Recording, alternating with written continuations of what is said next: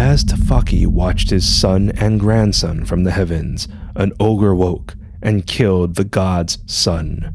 Tafaki was powerless, but knew his grandson would avenge the cruel murder. Tafaki's grandson was the vengeful Pacific hero Rata. And this is Legends from the Pacific.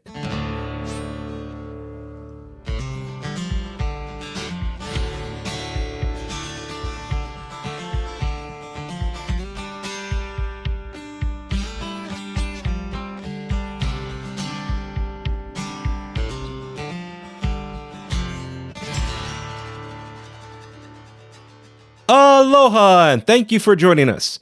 This is Legends from the Pacific, episode 125, The Vengeful Pacific Hero, Rata. I am Kamuela Kaneshiro, a native Hawaiian professional writer, speaker, and Comic-Con panelist with extensive film and television experience. I study mythology, I've encountered unusual things, and I'm a geek. A big mahalo nui loa to all of you who purchased our Legends from the Pacific Book 1 and left a rating. I look forward to giving you a shout out for your review. Just click the link in our show notes and purchase our Legends from the Pacific Book 1 today. Later in this episode, your featured song in Hawaiian word, but first, we're keeping things in Tafaki's family. As usual, I apologize for any mispronounced names or words and appreciate your understanding. When Rata was old enough, he asked about his father. He was told he was killed by an ogre. Rata knew his father needed to be avenged and his sacred remains put to rest. Rata's grandmother and mother were concerned for him, but knew it was his time to make things right. They told him where the ogre was and wished him luck. Near the ogre's lair, he encountered a being who wakes the ogre on new moon nights. Rata prepared to charge into the lair. The being raised a hand. It is foolish to attack now, for the ogre slumbers under the earth. Once awake, the ogre rinses at a nearby lake.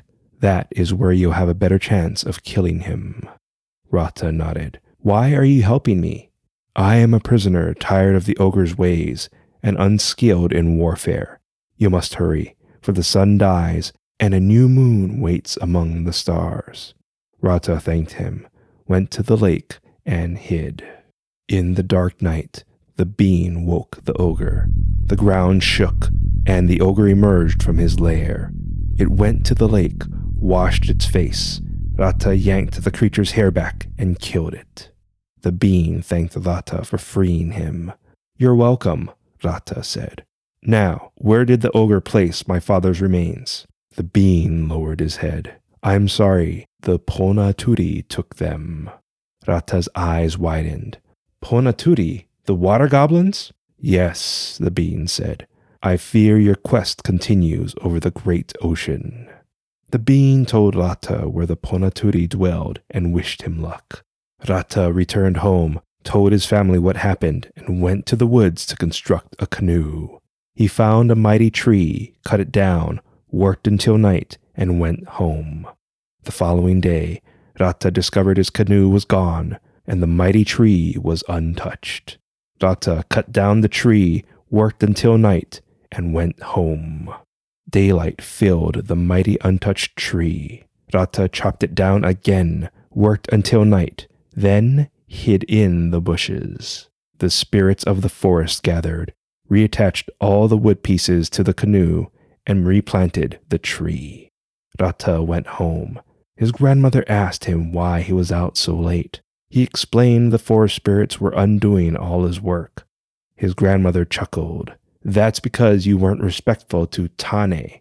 Your quest may be honorable, but you must always be respectful. His grandmother told him what needed to be done to appease the god Tane. Her grandson spent the day completing everything and left the offerings. The next day, Rata discovered the mighty tree was a beautiful canoe. He thanked the spirits for constructing his massive canoe in one night and pushed it into the water. The village's young men were Rata's friends and asked where he was going with such a breathtaking canoe. Rata said he was going on a quest to retrieve his father's remains. The young men joined him and volunteered to perform the various sailing tasks. Rata and his warriors sailed to the Ponaturi's lair. In their lair, Rata and his warriors hid among the shadows and rocks as the goblins banged drums and hissed. Rata paled. The goblins' instruments were human bones. A goblin stood in the middle of the creatures, raised his hands, and chanted.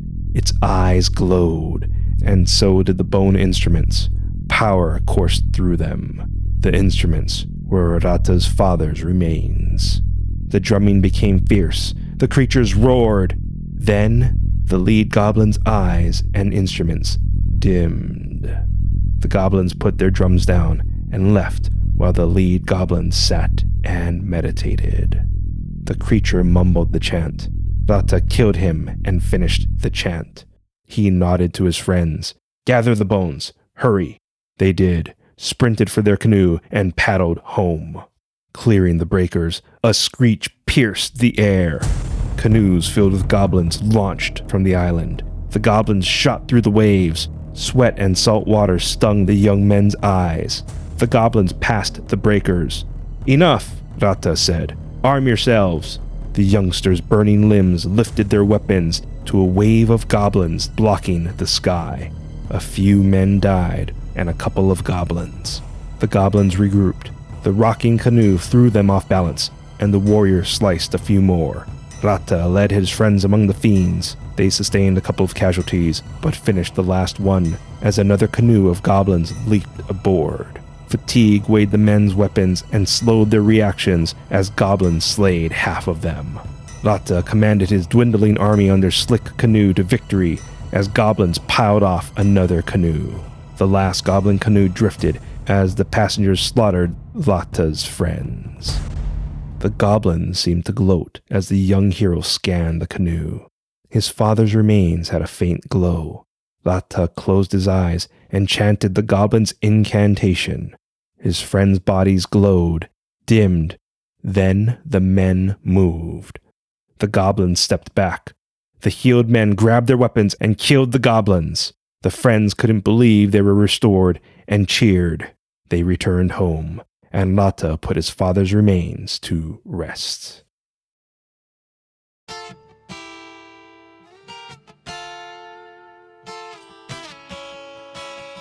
Do you know who the Hawaiian volcano god was before Pele, or who the Hawaiian god of poison was? Become a Legends from the Pacific Patreon member to hear these rare stories, enjoy early access to our episodes, and other nifty benefits. So click the link in our show notes and become a Legends from the Pacific Patreon member today. As always, a big mahalo nui loa to our Patreon members, whose support keeps our show going.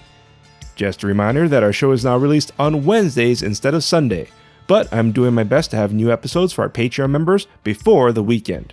So, Rata's story is known throughout many Pacific cultures, and with that comes a lot of variations, which include things like prideful eels that were eaten by Rata's parents.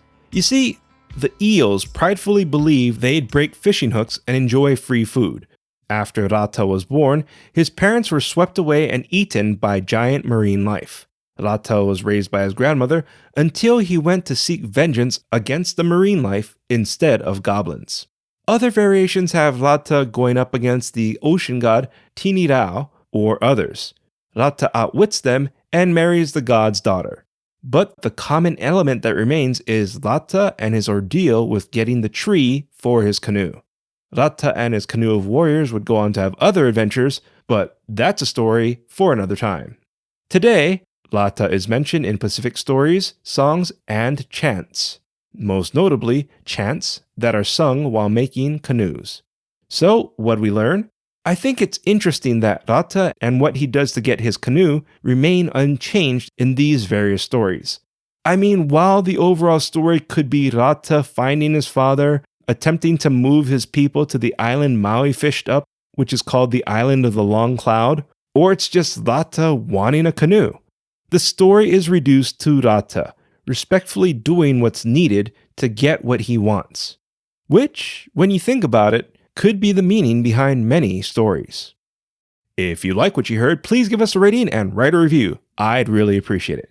Our theme song is Mystery by Tavana, courtesy of High Sessions. Sound effects by Sound Effects Factory. Our music coordinator is Matt Duffy, aka DJ TripleBypass. Links and show notes can be found on our website, legendsfromthepacific.com, including a link to your featured song, which is Nani Wai'ale by Kuana Torres Kahele, courtesy of High Sessions. Legends from the Pacific was written, produced, and edited by me, Kamuela Kaneshiro. I also wrote our original stories. Your featured Hawaiian word is va'a. Va'a means canoe. An example of va'a is transmitting from the middle of the Pacific on a va'a in the great USA. That was the intro to my first podcast, Off the Air's Geek Nation, where we talked about comic books, movies, video games, and other real important stuff. Once again, va'a is Hawaiian for canoe. Just for the record, there's a lot of Hawaiian words for canoe. Off the Air's Geek Nation. That was back in 2004. Wow, next year will be 20 years. Crazy. Glad I started podcasting when I was young. I still think it's funny other podcasters call me the OG. Here's a fun fact. My friend Kurt, who did our intro, was super nervous and hated the sound of his voice. I ended up drinking with him until he felt ready. When he did, he read his 4 sentences, ad-libbed most of them, including the ones I mentioned, then quit after maybe 30 seconds of recording. Needless to say, he was feeling no pain. I think it came out awesome, even though he refuses to hear it. One day I'll post some episodes. The trick is they'll likely be pulled in seconds because of copyrights.